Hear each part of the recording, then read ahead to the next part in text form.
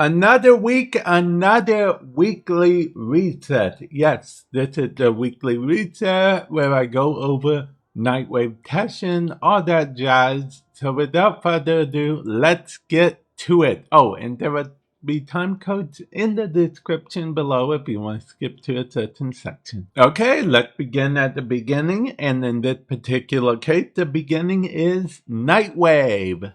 So for the Nightwave, we have complete one mission with only a single pistol and glaive equipped. I could have sworn that with more missions in the past, but hey, it just took one now, so hey, it's what it is, right? Just one. And then we have mine 3 rare gems or ores in the Orb Valis. Now this is pretty easy overall because it said gems or ores, so that makes it a lot easier. Kill or capture the Eidolon Hydralisk. This is one I'll probably... I never see myself doing. Okay, can't guarantee I would never do it, but yeah. And that is because of the fact that the Eidolon Hydralisk is the third one, the last one. So you gotta capture the first one, capture the second one, and then you get to fight the third one, which you can kill or capture. So yeah, that's not really my jam these days. Complete a run of Deep Archimedea or Temporal Archimedea. Interesting.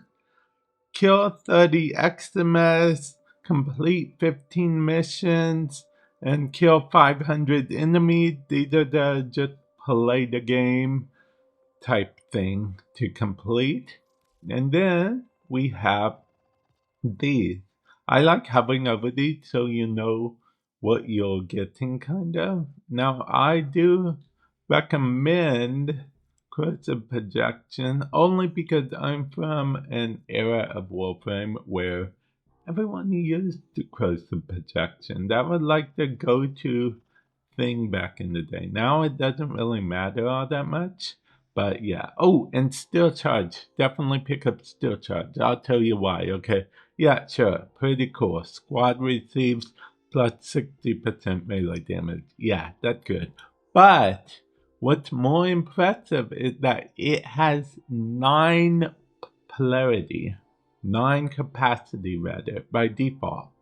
So that means it will have 18. It will give you 18 extra capacity. Whereas most of the ores only give you 14 extra capacity. So that is 4 extra capacity, which isn't something to scoff at. In a lot of cases, it's a difference between having to format something for the umpteenth time or not. So yeah, it's really up to you. If you're a new to mid player, even some in-game players just don't like the idea of formatting too much. So an extra 4 capacity can be pretty good. I just thought I'd mention that. And then we have this. This is a scroll. It goes on the bottom of your K drive. Don't really use K drives a lot. Not really a K drive person if I'm being honest. But K drives are K drives, I guess. Yeah. And then we have alternate helmets, alternate skins, and some emblems and sigils thrown into the mix, as it were. And then here, these are fully built catalyst and reactor. So if you buy them, you actually buy them, not just a blueprint that you'll have to build or anything like that. And then these are decorations, okay? This is from a past Nightwave season decoration. Yeah. See, a lot of these stuff do end up eventually in the pool from past Nightwave seasons, so that's always good. So it's not like you'll miss them, they're gone forever type thing, which I really like if I'm being honest. Okay, let's see what our good buddy Hollow Teshin has to offer. Oh, an Umbra Forma blueprint.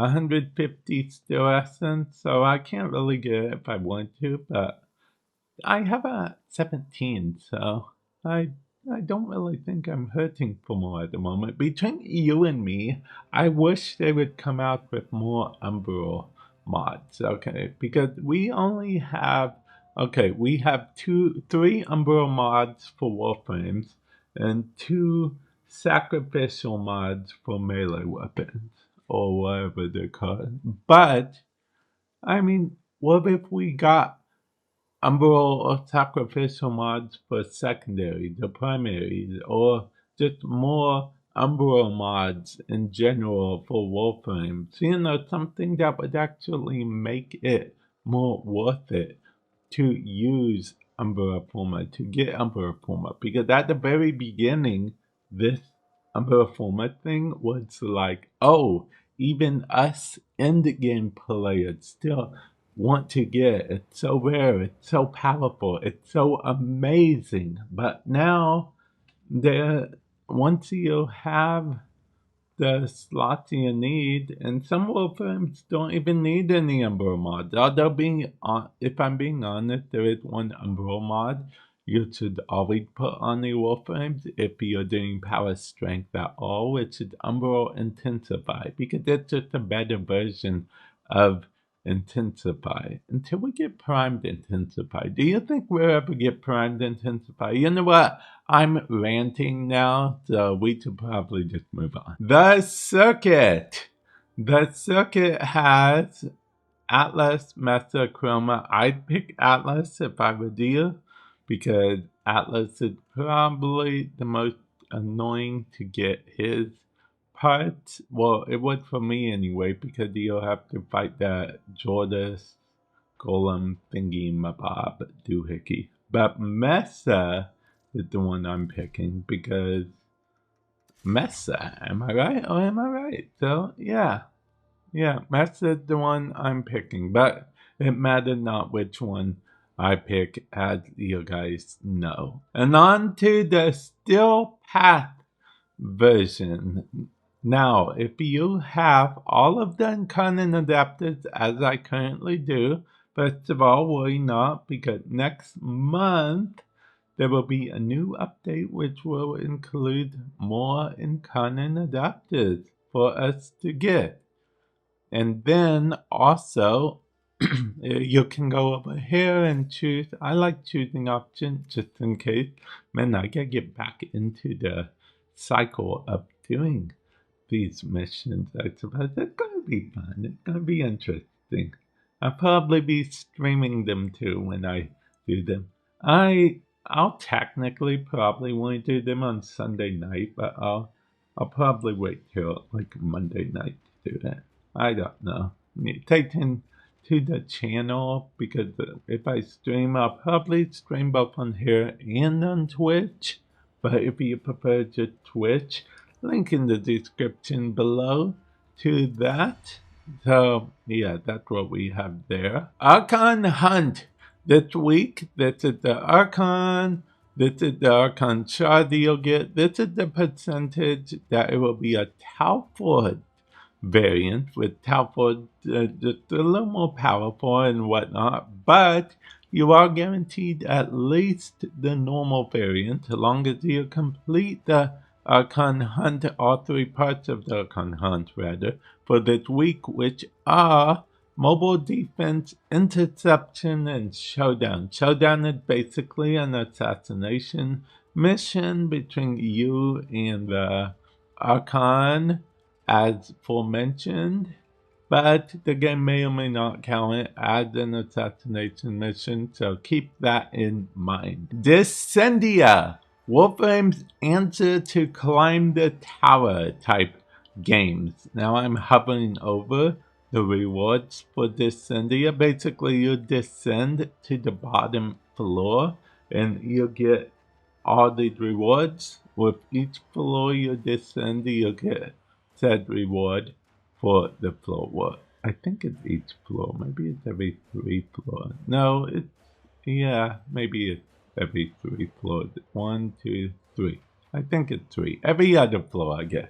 Okay, well, anyway, But don't worry, there are checkpoints because of the fact that they don't expect you to climb or rather fall down all 21 floors in one go. You don't fall down all of them. There's a checkpoint every 7 floors. But wait, there's more. There is a steel path mode for Descendia. Yeah, there is a steel path mode, and as you can see, the steel path mode has its own rewards and whatnot. Between you and me, I still think that should be an actual organ catalyst and not just a blueprint. Same when it had the reactor as the reward as well.